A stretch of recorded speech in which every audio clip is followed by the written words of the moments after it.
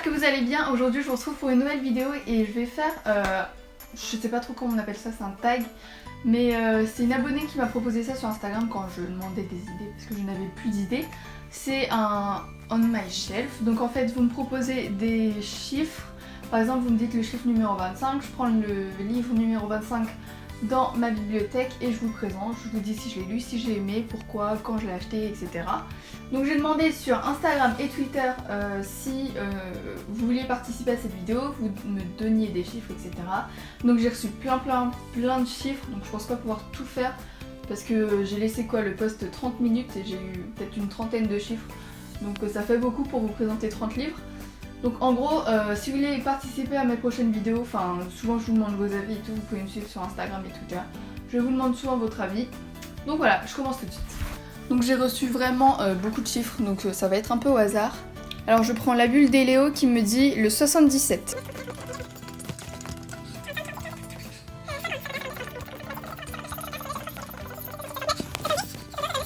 Donc le 77e livre de ma bibliothèque, c'est Flocons d'amour de John Green, Maureen Johnson et Laurine Miracle, publié chez Hachette. Je l'ai lu il y a genre 2 ans, je sais plus, mais c'est un livre vraiment divers, un truc tout mignon, tout doux. Franchement j'avais adoré cette histoire, donc c'est 3 auteurs. Il me semble qu'il y a 3 parties donc, pour chaque auteur. Et en fait l'histoire se rejoint au fur et à mesure. Je sais pas trop comment expliquer, mais par exemple John Green a écrit le début du roman, il installe une situation, enfin une histoire quoi. Maureen Johnson après elle part sur une autre histoire avec 2 personnages et Laurine Miracle pareil, et au final à la fin de l'histoire toutes les 3 histoires se rejoignent. Je sais pas trop si je me fais bien comprendre, mais en tout cas c'était une superbe lecture, une vraie lecture d'hiver toute douce de Noël en fait. Et d'ailleurs c'est bientôt Noël, j'ai trop hâte. Mais franchement ce livre est vraiment super cool, plus c'est John Green qui l'a écrit. Je sais pas s'il est très connu, en tout cas j'ai adoré. Et de 1. Je vais en prendre 10 je pense, mais il faudrait que j'aille peut-être plus vite.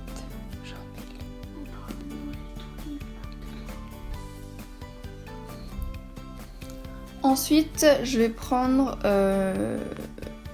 un monde de lettres qui me dit le numéro 8.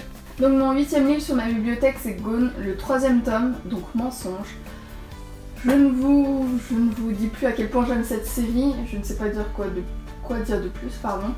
Je sais qu'il y a pas mal de monde qui... Enfin moi je les ai lus quand j'étais très jeune, donc aussi je sais pas si... Je me souviens bien, j'aimerais bien y relire. Mais je sais que j'ai l'impression que cette saga c'est soit on aime beaucoup comme moi, soit ça passe pas du tout, il n'y a pas trop d'entre-deux. Mais en fait, au fur et à mesure des tomes, il y a tout qui est de mieux en mieux en fait. Après vous allez me dire, vous n'allez pas lire 5 tomes pour que le 6ème soit génial, mais voilà, moi j'ai adoré cette série, vous le savez très bien. Ensuite je vais prendre mon ami le livre qui me demande le numéro 53. Et j'adore tout compter tes vidéos, merci beaucoup. Le livre numéro 53 dans ma bibliothèque c'est Opération Pantalon de Kate Clark, publié chez Air Jeunesse. Donc encore une fois vous savez mon amour pour Kate Clark.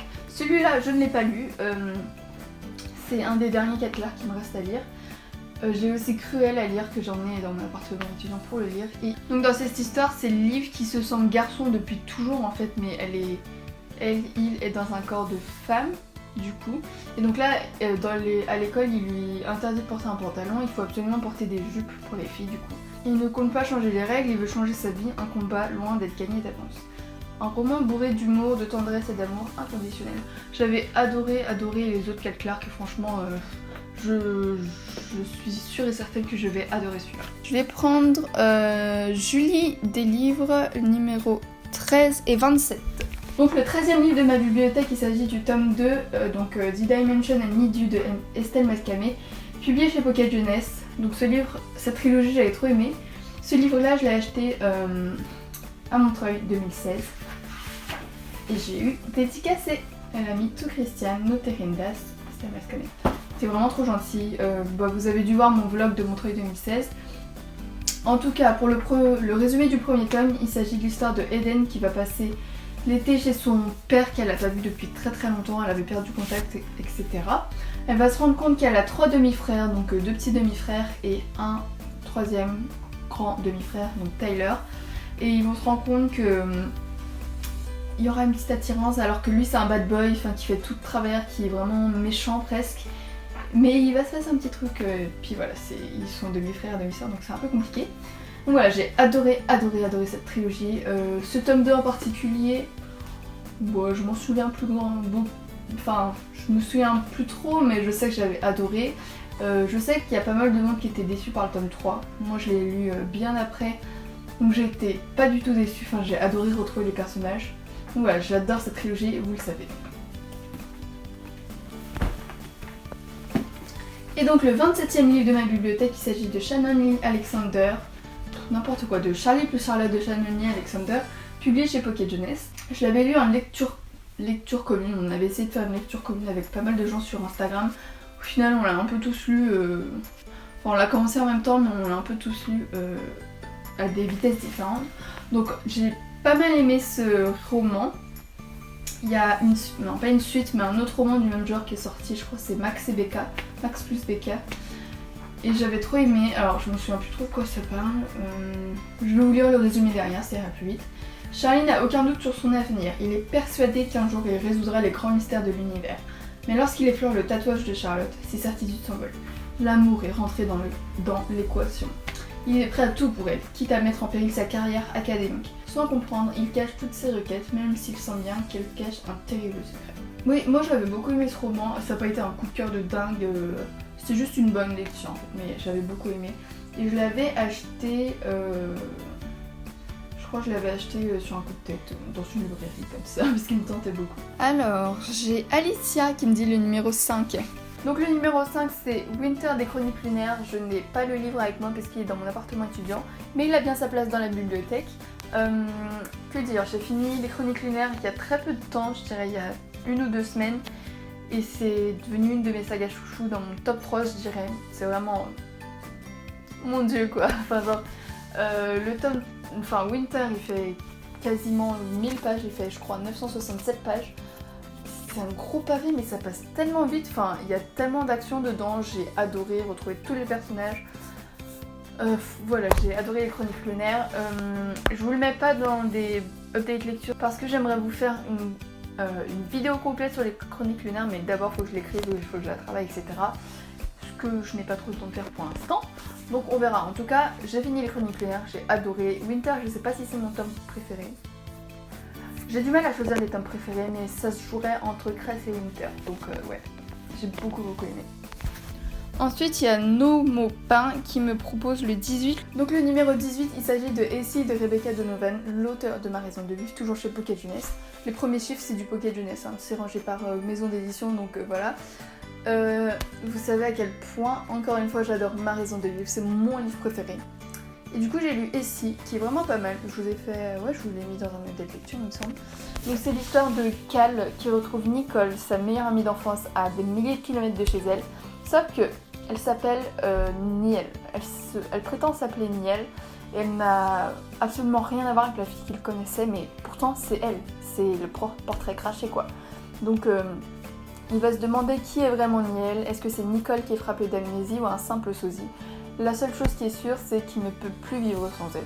Et j'ai adoré ce roman. Juste ce petit point qui m'a un peu dérangée, c'est que, enfin, le personnage de Niel me saoulait un peu. Enfin, son attitude me saoulait, mais à la fin, au fur et à mesure du roman, on comprend pourquoi elle était comme ça en fait.